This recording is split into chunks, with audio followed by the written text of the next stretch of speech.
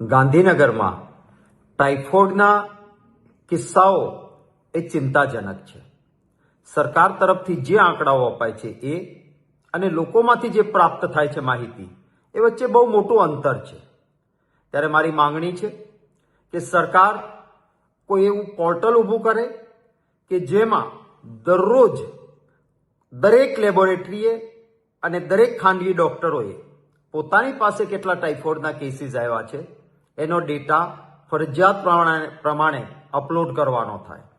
અને એક પોર્ટલ અથવા વોટ્સએપ નંબર એવું પણ રાખો કે જેના અંદર જે કોઈ પરિવારની વ્યક્તિમાંથી એકાદી વ્યક્તિ પણ ટાઇફોઇડગ્રસ્ત થાય અને ભલે પ્રાઇવેટમાં સારવાર લીધી હોય તો એમનો ડેટા પણ પ્રાઇવેટ વ્યક્તિ એ સરકાર સુધી પહોંચાડી શકે. ટાઇફોઇડના આ કિસ્સાઓનો સાચો આંકડો જાણવો બહુ જરૂરી છે. કારણ કે જો એ કોઝ નહીં મળે આપણને અને આગોતરું આયોજન નહીં કરીએ તો આ ટાઇફોઇડના દર્દીઓના વિસ્તારોમાં પરિવારમાં બીજા કિસ્સાઓ પણ જોવા મળશે.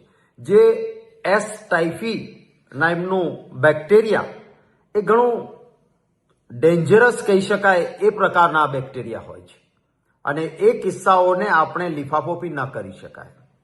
એસ ટાઇફી અથવા તો બેક્ટેરિયા અથવા ટાઇફોઇડ માટે જે જવાબદાર બેક્ટેરિયા છે એ મોટા ભાગે પાણી દૂષિત હોવાના કારણે પ્રાપ્ત થાય છે. અને કોઈ સ્લમમાં નહીં, સેક્ટર 21માંથી પણ મને માહિતી મળી કે કિસ્સાઓ મળ્યા છે. એનો અર્થ એ કે ગાંધીનગરના અંદર મોટા પાયે દૂષિત પાણી લોકો સુધી પહોંચવાડવાના કારણે આ ઘટનાઓ બની.